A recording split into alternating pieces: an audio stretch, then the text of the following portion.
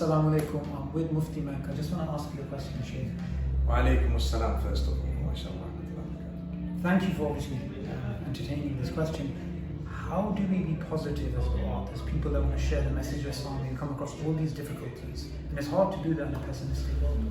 You know, one of the things I have learned over time is I don't do things for people, and I don't do it because I think you deserve it. I only do it because I want to please Allah.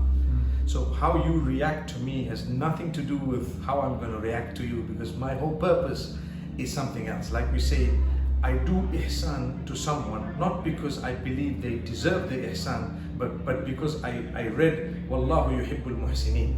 That's what it is. So when I'm doing the da'wah, I'm going to expect whatever it is in the path. It's okay. I'm doing it for Allah. Whether I succeed or fail is in the hands of Allah. Whether I'm going to be sworn at or accused is in the hands of Allah. It's part of the process. Are you prepared to take it in? If you are, you are always in the correct path, and Allah will grant you the positivity. Never mind, it's okay. What people can say what they want, they can do what they want, they can whatever it is. I will stand up to defend myself wherever I have to, but I'm not going to make it the main focus of my work, because sometimes it could divert you. Sometimes you've got to leave it to Allah. And I said before in one of the things that I faced, that look, I work for Allah. If He wants, He can close me down right now, but it's not going to happen unless Allah Almighty wants it to happen.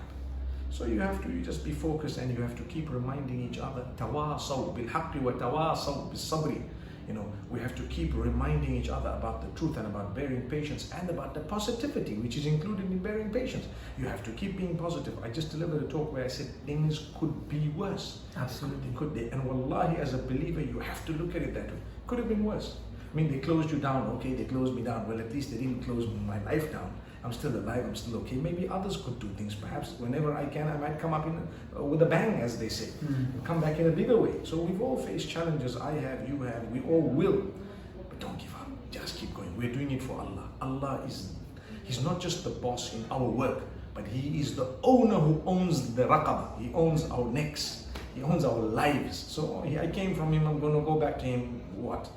I just do it to please Him, inshallah. And never mind what people say. They will say everything at every time, no matter what. You know your focus, for example, in that area. You know your focus. You know what you're doing. If people who are not within that focus of yours and don't understand why you're doing certain things have a problem and an issue with, why don't you do this and that? Brother, you do that. Who's stopping you from doing it? We're doing something else, let us do it. But they don't. The world wants you to do what they want you to do. I remember I use some of my social media platforms in a unique way, focused on a certain category of people for a specific reason. I'm not going to do what you want me to do on there. So people say, why don't you do this? Why do you use this terminology? Why don't you? Brother, fly a kite, thanks. Fly a kite. You know what?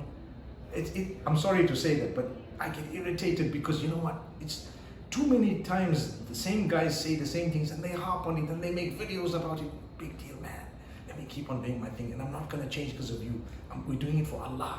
If something I'm doing is haram, by all means. But if something I'm doing, you haven't understood it, was not haram, keep walking. I can't add anything to that. Thank you so much. Allah bless you.